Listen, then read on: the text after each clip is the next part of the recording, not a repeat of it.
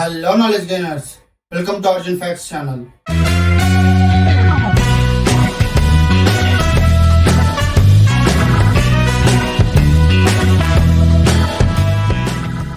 ఈ రోజు నుంచి 110 సంవత్సరాల ముందు అట్లాంటిక్ అండ్ పసిఫిక్ ఓషన్ కలపడానికి ఒక దారిని నిర్మించారు. ఆ దారి పేరే పనామా కెనాల్. అప్పట్లో ఎవరు అనుకునే ఉండరు ఈ కెనాల్ నిర్మించడానికి 25,000 మంది వర్కర్స్, $375 మిలియన్ ఖర్చు అవుతాయని. కానీ 100 ఇయర్స్ ముందే ఈ కెనాల్ మూసేసే సిచ్యువేషన్ వరకు వెళ్ళింది. మొదట్లో పనామా కెనాల్ నుంచి 32 షిప్స్ వెళ్ళేవి. ఈ నంబర్ తగ్గుతూ 24 షిప్స్ వరకు వచ్చింది. ఇంకా రానున్న రోజుల్లో ఈ నంబర్ ఇంకా పడిపోయే స్టేజ్ లో ఉంది. కానీ ఇలా ఎందుకు జరుగుతుంది? పనామా కెనాల్ మూసేసే సిచ్యువేషన్ వరకు ఎందుకు వెళ్తుంది? దీని వెనక రీజన్ ఏంటి అనేది ఈ రోజు ఈ వీడియోలో తెలుసుకుందాం. వీడియో స్టార్ట్ చేసే ముందు ఈ వీడియో కనుక మీకు నచ్చినట్టయితే లైక్ చేసి షేర్ చేయండి. అలాగే మీ ఒపీనియన్ ని కామెంట్ రూపంలో తెలపండి. మన ఛానల్ కి ఎవరైనా కొత్తగా వచ్చినట్టయితే మరిన్ని ఇంట్రెస్టింగ్ వీడియోస్ కోసం ఛానల్ ని సబ్స్క్రైబ్ చేసుకొని బెల్ సింబల్ యాక్టివేట్ చేసుకోండి. ఇయర్ 1904 ముందు పనామా కెనాల్ నిర్మించలేదు. ఆ టైంలో యూరోప్ నుంచి అమెరికా వెస్ట్ కోస్ట్ కి షిప్ వెళ్ళడం చాలా కష్టం అయ్యేది.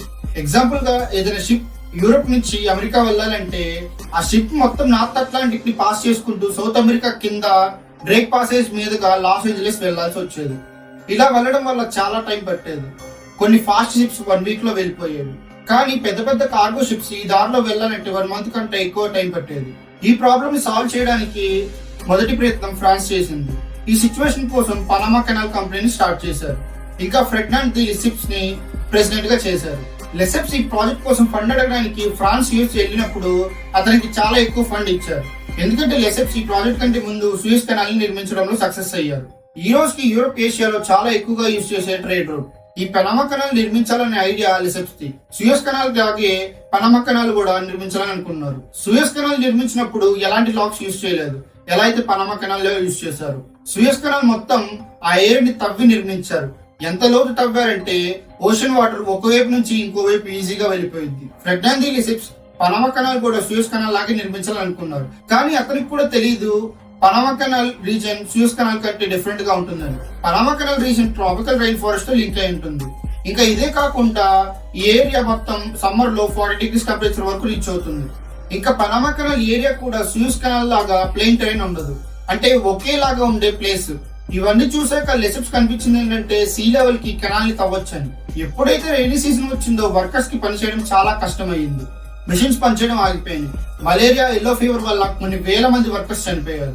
ఇయర్ 1884 వచ్చేప్పటికి డెత్ రేట్ 200 పర్ మంత్ అయింది. అంటే ఎవ్రీ మంత్ 200 మంది వర్కర్స్ చనిపోతున్నారు అనమాట. ఫ్రాన్స్ లో జరిగే ఇన్సిడెంట్ ఎలాంటి సీరియస్ ఇష్యూ అవ్వకుండా మేనేజ్ చేశారు. ఎందుకంటే న్యూ వర్కర్స్ ని రిక్రూట్ చేసుకునేటప్పుడు ఇలాంటి ప్రాబ్లం రాకుండా ఉండడానికి. స్లోగా అక్కడ అందరికీ తెలిసింది ఏంటంటే సూయజ్ కెనాల్ లాగా భూమిని తవ్వి కెనాల్ నిర్మించలేమని. కానీ ఇంత తెలిసినా కూడా లెసెప్స్ ఇంకా ప్రాజెక్ట్ రన్ చేస్తూనే ఉన్నాడు.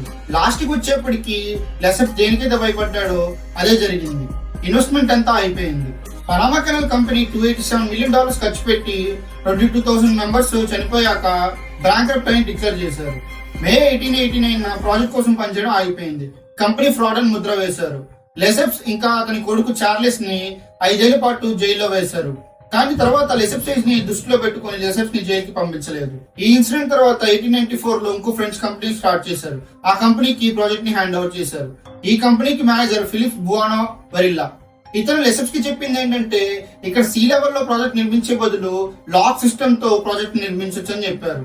లాస్ట్ కి లెసెప్స్ ఫిలిప్స్ మాట విని సీ లెవెల్ ప్రాజెక్ట్ నిర్మించే బదులు లాక్స్ తో ప్రాజెక్ట్ ని నిర్మించాలని డిసైడ్ అయ్యారు. ప్లాన్ ఇలా ఉంది. కెనాల్ కి 2 సైడ్స్ లాక్ సిస్టమ్ ఉంటాయి. ఈ లాక్ సిస్టమ్ వల్ల షిప్స్ సీ లెవెల్ వరకు తీసుకువెళ్తాయి. మిడిల్ లో 2 ఆర్టిఫిషియల్ లేక్స్ నిర్మించారు. దీని వల్ల షిప్ కెనాల్ నుంచి ఇంకో సైడ్ వెళ్తది. ఆ షిప్స్ ని లాక్ సాయంతో సీ లెవెల్ వరకు తీసుకువెళ్తారు. ఈ పనామా కెనాల్ లాక్ సిస్టమ్ ఎలా పనిచేస్తుంది అనేది తర్వాత ఎక్స్ప్లెయిన్ చేస్తాను. ముందు స్టోరీ తెలుసుకుందాం. ఫ్రాన్స్ కి సంబంధించిన ఇంకో 2 కంపెనీస్ ఈ ప్రాజెక్ట్ కోసం ట్రై చేశాయి. కానీ వాళ్ళ దగ్గర చాలా తక్కువ ఫండ్స్ ఉన్నాయి. ఈ ఫండ్స్ తో ప్రాజెక్ట్ ని కంప్లీట్ చేయలేమనుకున్నారు. ఇంకా ఇదే టైంలో యుఎస్ఏ ఈ ప్రాజెక్ట్ కోసం ఎంటర్ అయింది. ఇయర్ 1902 నుంచి 1914 వరకు United States Senate members President Theodore Roosevelt కి పనామా కెనాల్ ప్రాజెక్ట్ మీద ఇంట్రెస్ట్ ఉండేది. ఇంకా United States Panama Canal project ని డీల్ చేస్తున్న French company manager Philippe Bunau వరిల్లాని అప్రోచ్ అయ్యారు. ఫిలిప్స్ ముందు నుంచి యుఎస్ ని ఈ ప్రాజెక్ట్ లోకి తీసుకోవాలనుకున్నారు. అతను $110 మిలియన్ ని డిమాండ్ చేశారు ఈ ప్రాజెక్ట్ యుఎస్ఏ కి తీసుకురావడానికి. కానీ తర్వాత డీల్ $40 మిలియన్ లో సెటిల్ అయింది. June 28, 1902 Spooner Act. ఈ యాక్ట్ ని పనామా కెనాల్ యాక్ట్ అని కూడా అంటారు. ఆ act US Panama Canal project ని కొనేసుకుంది. తర్వాత యునైటెడ్ స్టేట్స్ ఇంకా రిపబ్లిక్ ఆఫ్ కొలంబియా మధ్య ఒక ట్రీటీ సైన్ చేసుకున్నారు. ఆ టైంలో ఇంకా పనామా కెనాల్ సపరేట్ అవ్వలేదు, కొలంబియాలోనే ఒక టెరిటరీగా ఉండేది. అందుకే యుఎస్ కొలంబియాతో 22 జనవరి 1903 ఏ హెరెన్ ట్రీటీ సైన్ చేశారు. ఈ అగ్రిమెంట్ ప్రకారం పనామా కెనాల్ యుఎస్ కంట్రోల్లో ఉంటుంది. దీనికి బదులుగా యుఎస్ఏ కొలంబియాకి $10 million ఇస్తుంది. ఇంకా ఇయర్లీ $250,000 యాన్యువల్ పేమెంట్ కూడా ఇస్తుంది. ఇప్పుడు ఈ treaty US Secretary of State John Hay ఇంకా కొలంబియా థామస్ హెరెన్ మధ్య సైన్ జరిగింది. అందుకే ఈ ట్రీటీని హే హెరెన్ ట్రీటీ అని కూడా పిలుస్తారు. యుఎస్ సెనెట్ ఈ ట్రీటీని 14 మార్చ్ 1903 అప్రూవ్ చేసింది. కానీ సెనెట్ ఆఫ్ కొలంబియా ఈ ట్రీటీని అప్రూవ్ చేయలేదు. ఎందుకంటే వాళ్ళకి అనిపించింది ఏంటంటే యుఎస్ఏ కొలంబియాకి చాలా తక్కువ అమౌంట్ ఇస్తుందండి. కొలంబియా ట్రీటీని రిజెక్ట్ చేశాక ప్రెసిడెంట్ రూజ్వెల్ట్ చాలా బాధపడ్డారు. అతను కెనాల్ ని నిర్మించడానికి ఇంకో దారి వెతికాడు.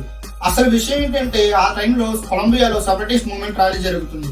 పనామాలో ఉన్న ప్రజలు కొలంబియా నుంచి సెపరేట్ అయ్యి ఇండిపెండెంట్ గా ఒక కంట్రీగా ఫామ్ అవ్వాలని ర్యాలీస్ చేస్తున్నారు. యుఎస్ఏ ఈ పనామాని సపోర్ట్ చేసింది. ఇంకా మిలిటరీ సపోర్ట్ తో 3 నవంబర్ 1903 పనామా కొలంబియా నుంచి సెపరేట్ అయిపోయి ఇండిపెండెంట్ కంట్రీగా ఫామ్ అయింది. దీని వెనుక యుఎస్ఏ వాళ్ళ మోటివ్ కూడా ఉంది. వాళ్ళు పనామా కెనాల్ జోన్ ని వాళ్ళ కంట్రోల్లో ఉంచాలని అనుకున్నారు.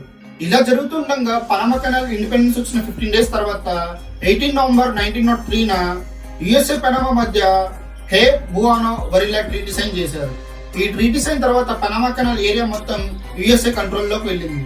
లాస్ట్ కి 14 మే 1904 పనామా కెనాల్ కన్స్ట్రక్షన్ స్టార్ట్ చేశారు. 10 years లోపే కన్స్ట్రక్షన్ పూర్తి చేసింది. కెనాల్ ని కంప్లీట్ చేసి యూసేజ్ కి రెడీ చేశారు. ఆ తర్వాత 31 డిసెంబర్ 1999 పనామా కెనాల్ కంట్రోల్ మొత్తం పనామా గవర్నమెంట్ కి ఇచ్చేసింది యుఎస్ఏ. ఇంకా అప్పటి నుంచి పనామా కెనాల్ అథారిటీ కెనాల్ మొత్తం ఫంక్షన్స్ ని ఆపరేట్ చేస్తుంది. Panama canal importance shipping companies కి ఎంత అవసరమో ఈ విషయంతో తెలుసుకోవచ్చు. వరల్డ్ లో 5% మెరిటైన్ ట్రేడ్ కేవలం పనామా కెనాల్ మీద నుంచి వెళ్తుంది. ఇంకా ఇయర్ 2012-13 మధ్య పనామా టోటల్ జీడిపిలో 3% కేవలం పనామా కెనాల్ నుంచే వచ్చింది. కానీ ఇప్పుడు సిచ్యువేషన్స్ చేంజ్ అయ్యాయి. ఈ పనామా కెనాల్ నిర్మించడానికి చాలా గొడవలు అగ్రిమెంట్స్ జరిగాయి. కానీ ఇప్పుడు ఈ కెనాల్ క్లోజ్ చేసే స్టేజ్ కి వచ్చింది. ఎందుకంటే పనామా కెనాల్ ఏ లేక్ మీద అయితే నిర్మించారో ఆ లేక్ లో వాటర్ నెమ్మదిగా తగ్గుతూ వస్తుంది. అందుకే ఇప్పుడు ప్రాబ్లమ్స్ పెరుగుతున్నాయి. ఈ ఇన్సిడెంట్ మొత్తం తెలుసుకోవడానికి ముందు పనామా కెనాల్ ఎలా వర్క్ చేస్తుందో తెలుసుకుందాం. పనామా కెనాల్ ఒక ఆర్టిఫిషియల్ లేక్ మీద నిర్మించారు. ఆ లేక్ పేరు గాటూన్ లేక్. ఈ గాటూన్ లేక్ ని 1913 పనామాకి దగ్గరలో ఉన్న జాగ్రిస్ రివర్ మీద డ్యామ్ కట్టి నిర్మించారు. ఇప్పుడు ప్రాబ్లం ఏంటంటే గాటూన్ లేక్ సీ లెవెల్ కి 26 మీటర్స్ ఎత్తులో ఉంటుంది. షిప్స్ సీ లెవెల్ పై నుంచి గాటూన్ లేక్ పైకి తీసుకురావడానికి లాక్స్ ని యూజ్ చేస్తారు. ఇక్కడ చూడండి 3 లాక్స్ ఉన్నాయి. ఎప్పుడైనా ఒక షిప్ పనామా కెనాల్ దగ్గరికి వచ్చినప్పుడు మొదటి గేట్ ఓపెన్ చేస్తారు. ఆ లాక్ లో ఉన్న వాటర్ ఓషన్ లోకి డ్రైన్ చేస్తారు. లాక్ లో ఉన్న water ocean water same level కి వచ్చినప్పుడు షిప్ మొదటి లాక్ లోకి ఎంటర్ అవుతుంది. తర్వాత సెకండ్ లాక్ లో ఉన్న వాటర్ ని ఫస్ట్ లాక్ లోకి పంపిస్తారు. 2 locks water level same level కి వచ్చినప్పుడు షిప్ థర్డ్ లాక్ దగ్గరికి పంపిస్తారు. ఇక్కడ షిప్స్ ని ముందుకు పంపించడానికి లోకోమోటివ్స్ ని యూజ్ చేస్తారు. షిప్ సెకండ్ లాక్ లోకి ఎంటర్ అయినప్పుడు థర్డ్ లాక్ లో ఉన్న వాటర్ సెకండ్ లాక్ లోకి డ్రైన్ చేస్తారు. 2 లాక్స్ వాటర్ సేమ్ లెవెల్ కి వచ్చినప్పుడు షిప్ ని థర్డ్ లాక్ దగ్గరికి పంపిస్తారు. సెకండ్ లాక్ గేట్ క్లోజ్ చేస్తారు. ఇంకా ఇప్పుడు థర్డ్ లాక్ కి షిప్ వచ్చినప్పుడు గాటూన్ లేక్ లో ఉన్న వాటర్ థర్డ్ లాక్ లోకి నింపుతారు. లాక్ అండ్ లేక్ లో ఉన్న వాటర్ లెవెల్ ఈక్వల్ గా అయినప్పుడు లేక్ దగ్గర ఉన్న గేట్ ఓపెన్ చేస్తారు. షిప్ గాటూన్ లేక్ లోకి ఎంటర్ అవుతుంది.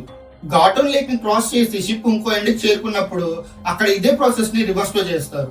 ఇప్పుడు థర్డ్ లాక్ లో ఉన్న వాటర్ ని సెకండ్ లాక్ లోకి పంపిస్తారు. 2 లాక్స్ వాటర్ లెవెల్ ఈక్వల్ అయినప్పుడు షిప్ సెకండ్ లాక్ లోకి ఎంటర్ అయ్యింది. ఇలాగే second lock water first lock లో పంపిస్తారు. వాటర్ లెవెల్ ఈక్వల్ అయినప్పుడు షిప్ ఫస్ట్ లాక్ లోకి ఎంటర్ అయ్యింది. మొదటి లాక్ లో ఉన్న వాటర్ సీ లెవెల్ కి ఈక్వల్ గా వచ్చినప్పుడు ఫస్ట్ లాక్ గేట్ ని ఓపెన్ చేస్తారు. ఈ కెనాల్ లాక్ సిస్టమ్ ఒక ఇంజనీరింగ్ మాస్టర్ పీస్. ఎందుకంటే మిలియన్స్ ఆఫ్ టన్స్ లో ఉన్న షిప్స్ ని ఈ వేలో పైకి లేపడం ఇంకో వేలో అసలు పాసిబుల్ కాదు. కానీ ఇక్కడ ఒకటి తక్కువైంది. ఎప్పుడైనా షిప్ ఫస్ట్ లాక్ లోకి ఎంటర్ అయినప్పుడు ఫస్ట్ లాక్ లో ఉన్న వాటర్ ఓషన్ లోకి డ్రైన్ చేయాలి.